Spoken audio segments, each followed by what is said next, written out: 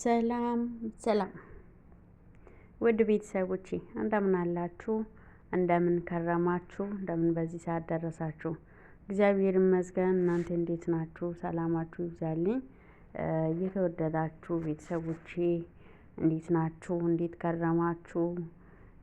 ሰሞኑን እንዴት ናችሁ? ደህና ናችሁ ወይ? ጆሮ ጭው የሚያደርግ ወሬ እየሰማን ነው። እንዴት ናችሁ?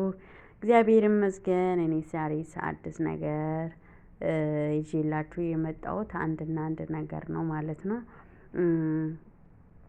ቤተሰቦቼ በመጀመሪያ ያወቁትን ማሳወቅ ፍጹም ፍጹም በጎነት ነው። ፍጹም በጎነት ነው ቤተሰቦችዬ።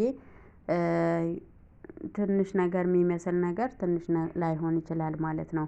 እና እኔስ የተረዳሁትኝን የሰማሁትን ለእናንተ ደግሞ ለማሳወቅ መጥቻለሁ ማለት ነው። በቅንነት ከሰሞኑ እንደምታዩት ይሄ መድሃኒት ማለት ነው። ይሄ ቫክሰን ክትባት የክትባት መድሃኒት የተመረተው በአሜሪካ ነው። አሜሪካን የተመረተው እንግዲህ መድሃኒቱ ገና ከፋብሪካ መውጣቱ ነው። ከፋብሪካ መውጣቱ ነው። ለ650,000 ቤተሰብ ለሚሆን መድሃኒት ለኢትዮጵያ ተሰጠ ማለት ነው። ለኢትዮጵያ ጤና ሚኒስቴር ተሰጣት። እሷም ደስ ብሏት በደስታ ተቀበለች ማለት ነው። ነገር ግን ይሄ መድሃኒት ምንድነው የምለው ነገር እኔ እንደ ጥቆማ ነው የምነግራችሁ ማለት ነው። የሀገራችን ምሁራን ዶክተሮች ግን ይሄን ተመራምሮ ይሄ መድሃኒት የሚያመጣውን ነገር ተረድቶ ያስቀራሉ ብዬ ተስፋ አደርጋለሁ ማለት ነው። ይሄ መድሃኒት ማለት ነው ለሙከራ ነው የተሰራው። አሁን የትሉን አይነት እዚህ አምጥቼ ከላይ ከላይ አስቀምጣለሁ ማለት ነው። ይሄ ትል በብዛት የሚታወቀው ኢትዮጵያ አንዳንድ ጊዜ ይታያል። አብዛኛውም ክረምት በበልግ ጊዜ የምታይ ትል ነው ማለት ነው። ይሄ ትል ምን አይነት ነው ካላችሁ ቀይና ጥቁር ነጥብጣብ ያለበት እና የሚበር አብዛኛውም የውሻ ከእንትን ላይ ነው የሚያርፈው ማለት ነው። የውሾች ቆሻሻ ላይ ነው በብዛት የሚያርፈው ማለት ነው። ይሄን ነገር ይሄንን ወስዶ ከአፍሪካን ያገኘነው የ ይሄ ጉንፋን ያመጣ ኮሮናም የመጣ የቫክሰኑን እንመራመራለን ምን እንደሆነ በዚህ ሙከራ እናደርጋለን ብለው ይህንን ትል አብዛኛውም እየወሰዱ ከዚህ ትል ናሙናውን ወስዶ ማለት ነው መድሃኒት ሰርቷል። ይሄ መድሃኒት ለሙከራነት ነው። ገና ከፋብሪካ መውጣት ነው። ለሙከራነት አምኖ ጽፎ ያወቁት በደንብ ብዙ ሰዎች ይህንን ነገር አስተላልፏል። እኔ እንደ አንድ መልእክተኛ ነው እያስተላለፍኩት ያለሁት ማለት ነው። ለምን ብዙ ሰው ጋር ሲደርስ ሰው ራሱ መመራመር ይጀምራል እና እንደ ጥቆማ ነው እኔ እያደረኩላችሁ ያለሁት። ይሄ መድሃኒት ማለት ነው ለሙከራ ነው የተሰጠው። ለሙከራ እንደሆነ እነሱም እዚህ ጋር ጽፎ አትሞበት ሰጥቷታል ማለት ነው። እሷ ደግሞ ደስ ብሏት ተቀብላለች። ይሄንን የተቀበለችው በሆነ ነገር አስፈራርቷቸው ነው ወይ? በተበደሩት ብድር ምክንያት አስፈራርቷቸው ነው ወይ? እንዴት ነው አንድ መድሃኒት አንድ ክትባት ማለት ነው ለሙከራ ድሮ ስንሰማ እኛ በዝንጀሮ ሁላ ይሞከራል። ግን ሰው ልጅ እንዴት የመድሃኒት ሙከራ ይሆናል? 650,000 ቤተሰብ ነፍስ ቀላል ነው ወይ? ምንም ማለት አይደለም ወይ? እንዴት ነው ለሙከራነት ይሄን ሁሉ ወስዶ የትኛው ህዝብ ነው ይሄንን መድሃኒት? እንደገና ይሄ ብቻ አይደለም ቤተሰቦች፣ አንድ ነገር እዚህ ጋር እናሳስባችሁ የምፈልገው ማለት ነው ይሄንን ቪዲዮ ይሄንን ድምጽ የምትሰሙት ማለት ነው ቤተሰቦቻችሁ ማንኛውም ክትባት እንዳይወስዱ ከልክሏቸው። እንዳይወስዱ ማንኛውም ክትባት ማለት ነው እንዳይወስዱ። ይሄ ወጥመድ ነው። ለምን ሰውን አንድም በዚህ አንድም በዛ እያደረጉ ሰውን ዳታ ውስጥ እያስገቡ ነው። በቅርቡ እንግዲህ እንዳየነው ፍንዳታ ጀምሯል አይደል? አፋር ክልል ፍንዳታ ነበረ። ይሄም ነገር እነሱ በጣም አርቆ ተመራምሮ የፍንዳታው መንስኤ ራሱ ምን እንደሆነ ተረድቶታል ማለት ነው። እኛ ይሄን ሁሉ አናውቅም። ስለዚህ አስቀድሞ የኢትዮጵያን ሕዝብ ማደንዘዝ ነው፣ የሚመጣውን ነገር እንዳያዩ ማደንዘዝ ነው፣ በአንድም በሌላም ማጣረዝ ነው፣ እርስ በራስ ማጣላት ነው። እነሱ ወጠመድ ውስጥ ማስገባት ነው። የቀሩትም ደግሞ በክትባት መልኩ እንደዚህ እየሰጡ ሰውን መቀነስ ነው። ከዛ በኋላ ይቺ የበለጸገች ሀገር የነሱ መፈንጫ እንድትሆን አሊያም ደግሞ የነሱ አሽከሮች ማለት ነው። እንደዚህ እንደ ሰዶም ግብረ ሰዶሞች እነዚህ ሉሚናቲ የሆኑት ሌሎቹ ከዚህ ዓለም ከዚች ምድር ላይ እንዳይኖር ነው የሚፈልጉት በአንድም በሌላም ማለት ነው። ቤተሰብ ማወቅ ያለባችሁ ነገር ማለት ነው። እና ማንኛውም ክትባት ብሎ ይሄ ክትባት በነገራችን ላይ የኢትዮጵያ ሕዝብ በእያንዳንዱ ሰው ዳታ ውስጥ ነው ያለው፣ በእያንዳንዱ ሰው ውስጥ ማለት ነው። በእያንዳንዱ ሰው ከሰሞኑ ማለት ነው ከአንድ ጋዜጣ ላይ ያየሁት ማለት ነው። ከሰሞኑ ካሜራ ሁላ ያለበትን ካሜራ የተገጠመበትን ዩኒፎርም እንዲለብሱ ሊደረጉ ነው አሉ ግብር ሰብሳቢዎች። ማን ግብር ይከፍላል ማን ግብር አይከፍልም እስከዚህ ድረስ ማለት ነው ዳታ ውስጥ ገብቷል። በእያንዳንዱ ሰው ጋር ሲደርስ ይሄ ማለት ነው ማን እንደወሰደ ማን እንዳልወሰደ እነሱ በቀላሉ ነው የሚቆጣጠሩት። ከክልል ወደ ክልል ከክልል ደግሞ እንዳለ ጥቃቅን የተደራጁት በየ5 ቤተሰብ የተደራጁት አለ አይደል? በእንደዛ ሁሉም ሰው ጋር እንዲደርስ ማድረግ አለባቸው። ያለበለዚያ ብሎ ማስገደጃም ጭምር አለ ማለት ነው። ማሳሰቢያ የምንሰጣቸው ማስገደጃም ጭምር አለ። ስለዚህ ይሄ ሰው አንድ ሰው ካልተከተበ እንግዲህ ማስገደጃ አለ ማለት ነው። ስለዚህ የመጣ ይምጣ እንጂ ሰው በቆሙ መሞት የለበትም። ሰው ልጅ አንዴ ነው የሚሞተው በእውነት ግን ሁለቴ አይሞትም። ሰው በቆሙ መሞት የለበትም። ማንኛውም ቫይረስ እያመጡ ሰው ሰውነት ውስጥ የሚዘሩት ነገር ቀላል እንዳይመስላችሁ። ከዚህ በፊት ማለት ነው የኮሮና ክትባት እኔ በበኩሌ ማለት ነው ብዙ ጓደኞችን በቃ እንዳይወስዱ አድርጋቸዋለሁ። እንዳይወስዱ ያ ክትባት ማለት ነው ያ ክትባት 2 አይነት ክትባት ነበረ። አንደኛው ጤናማ የሆኑት መድኃኒት የማይጠቀሙ ሰዎች የሚወስዱት ነው።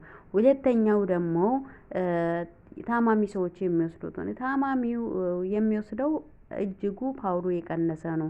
ለምን ብትሉ ይሄ ሰውዬ መድኃኒት ስለሚወስድ ይሄ የሚወስደው ክትባት ቶሎ እንዳይገለው ምን ያደርጉታል? አነስ ያለ ባክቴሪያ ይሰጡትና ከሰውነቱ ውስጥ ካለው ህመም ጋራ ከ3 አመት በኋላ ወይም ደግሞ ከ4 አመት በኋላ ይሄ ሰውነቱ ውስጥ ተቀምጦ ወደ ሌላ ነገር እንዲቀየር ጭምር ያደረጉት ማለት ነው። የኮሮና ክትባት ማለት ነው። የኮሮና ክትባት የሰጡት አብዛኛዎቹ በተለይ ውጭ ሀገር የሚኖሩት እዚህ ውጭ የሚኖሩት አብዛኞቹ ክኒን እንደዚህ መድኃኒት ተጠቃሚ ስለሆኑ ዶክተሮች ሁላ ሳይቀሩ ይሞቱ አሉ ማለት ነው። ዶክተር ሁሉ ያውቃል ማለት አይቻልም። ቤተሰብ ይሄ በምስጢር ነው የሚሰራ፣ በምስጢር ነው የሚሰሩት። ሁሉም ሰው አያውቅም። ተመራማሪ በግሉ ይሄ ከየት መጣ ብሎ የተመራመረ ካልሆነ በስተቀር ዶክተር መድኃኒት አይሰራም። የተጻፈለትን ነው በቃ የተማረውን ነው። ስለዚህ ማለት ነው ቤተሰቦቼ ጥንቃቄ ማድረግ አለባችሁ። የኮሮና ክትባት ራሱ ከ4 አመት በኋላ ሌላ በሽታ ደግሞ ሌላ ጉንፋን ደግሞ ሌላ ደግሞ ወዲያውኑ የሚተላለፍ ወዲያውኑ በቃ የሚገል በትንፋሽ የሚተላለፍ ከፍተኛ ነገር እንደሚያመጣ እነሱ አምኖበት የሰው ሰውነት ውስጥ አስቀምጧል ማለት ነው። ይህንን መርዝ ማለት ነው። ይህንን መርዝ እንደዚህ አድርጎ አስቀምጧል። ለምን ጤናማ ሰዎች ከፍተኛ ቫይረስ ይሰጣቸዋል። በዛ እነሱ ባቀዱት ጊዜ በእቅዱ ውስጥ እንዲውልላቸው ማለት ነው። ሌላው ደግሞ እንግዲህ የወንድማችን ነገር ነው ማለት ነው። በነገራችን ላይ ሰው አንድ ነገር ውስጥ ሲገባ በ3 ምክንያት ሊገባ ወይ አምኖበት ወይ ተሸውዶ ወይ ደግሞ ተበሳጭቶ በራሱም በህይወቱም በሌላም ነገር ተበሳጭቶ ሊገባ ይችላል። ነገር ግን ይሄ ሰው በምን መልኩ ነው መውጣት የሚችለውን ነገር ወደ መፍትሄ መሄድ እንጂ አሁን የአንድ ሰው ሰሞን ወሬ አድርጎ ማለፍ ተገቢ ነው ብዬ አላስብም። ምክንያቱም ይሄ በጣም ትልቅ ነገር ነው፣ ትውልድን የሚገል ነው፣ ለመስማት የሚሰቀጥጥ ነው። ይሄ ትላልቅ ሰው እንደዚህ የሚሰቀጥጠው ህፃን ልጆች ሲሰሙ ምንድን ነው?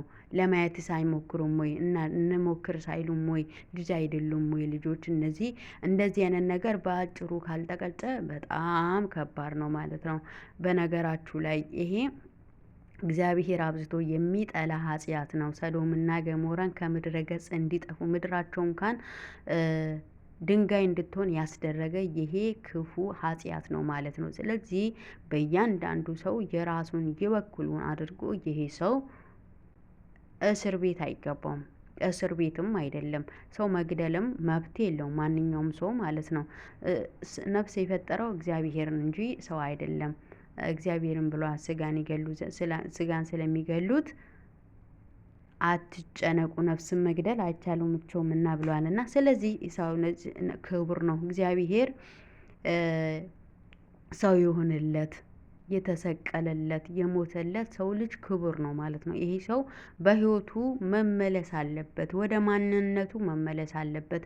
እስር ቤት ከገባ ይሄ ሰው ብዙ እስር ቤት ያሉ ሰዎችን ሊበክላቸው፣ ይህንን ነገር ሊያስተምራቸው ይችላል። ለምን? ይሄ ሱስ ነው፣ ቀላል ነገር አይደለም። ቤተሰብ አንዴ ከተያዙ በጣም አስቸጋሪ ነው። ምክንያቱም ይሄ ሰው ባይያዝ ይሄን ሊያደርግ አይችልም ማለት ነው። ስለዚህ ይሄ ሰው ምንድነው የምናደርገው ለምለው እኔ እንደኔ ማለት ነው። ይሄ ሰው ለብቻው ወስዶ ማሰር፣ በቃ ለብቻው ወስዶ ህሊናው ሲፈትነው፣ በቃ ህሊናው ሲፈትነው ለምን በቃ ያለበትን ትላንትና የነበረበት የሰው ክብር የሰው ፍቅር ያጣበት ዛሬ በአደባባይ ወጥቶ አደባባይ አውጥተው ሰውም አይቶት ለብቻው ሲታሰር ወደ ህሊናው ሲመጣ ሲጸጸት በምን ምክንያት በዛ እንደተጣለ ብቸኛ እንደሆነ ይሄ ጥፋት ኃጢአቱ እንደሆነ አውቆ ተረድቶ ከእግዚአብሔር ጋር ታርቆ ካልሆነ በስተቀር ምንም እንደው ይሄ ሰው ቢታሰር ምን ብል መፍትሄ ነው ብዬ አላስብም ማለት ነው። ሲቀጥል ደግሞ ይሄ ሰው ቤተ ክርስቲያን ወደ ገዳም ሄጃለሁ ለእረፍት ብለዋል የሚሉት ነገር እኔ ይሄ እንደ ወሬም አልቀበልም። ለምን? ቤተ ክርስቲያን መደበቂያ መሸሸጋ አይደለችም። ማንኛውም ክፉ ኃጢአት እግዚአብሔር የሚጠላውን ኃጢአት ሰርቶ ወደ ቤተ ክርስቲያን መሸሸግ አይችልም ማለት ነው። ይሄ ንቀት ነው፣ ቤተ ክርስቲያን ንቀት ነው። ማንም እንደዚህ አድርጎ ቤተ ክርስቲያን ሊሸሸግ አይችልም። እርግጥ የሰውን ጥፋት እውነቱን የልቡን ትክክለኛውን ነገር እግዚአብሔር ነው የሚያውቀው፣ እግዚአብሔር ነው የሚያውቀው። ግን ደግሞ የኢትዮጵያ ሕዝብ ማለት ነው እስከ መጨረሻው ድረስ ይህንን ሰው ታግሎ ወደ ሰውነት እንዲመለስ ማድረግ አለብን ብዬ ነው ማስበው ማለት ነው። የአንድ ሰሞን ወሬ ብቻ ሆኖ ማለት ነው። አሁን ይህንን ቆሻሻ ነገር ለጆሮ የማይመቸው ንግግር መደጋገም ሳይሆን ወደ መፍትሄ መሄድ። ለምን? ትውልድ እየተበላሸ ነው። ነገ ምድራችን እንደማትጠፋ በምንድነው እርግጠኛ እየሆንነው እንዴ? ምንድነው ታሪኩ? አፈታሪክ ነው ወይ? አፈታሪክ የሰማነው ዛሬ እያየን ነው። ዛሬ እግዚአብሔር እየታገሰን ነው። እኛ ካልተመለስን ደግሞ እስከ መቼ ይታገሰናል? ስለዚህ የሰማነው ሁላችንም የበኩላችንን መወጣት አለብን ብዬ ነው የማስበው። የበኩላችን ሁሉም ሰው የበኩሉን ማድረግ አለበት ብዬ ነው የማስበው ቤተሰቦችዬ። በተረፈ እግዚአብሔር ሰላሙን ያብዛላችሁ። ባላችሁበት ሰላም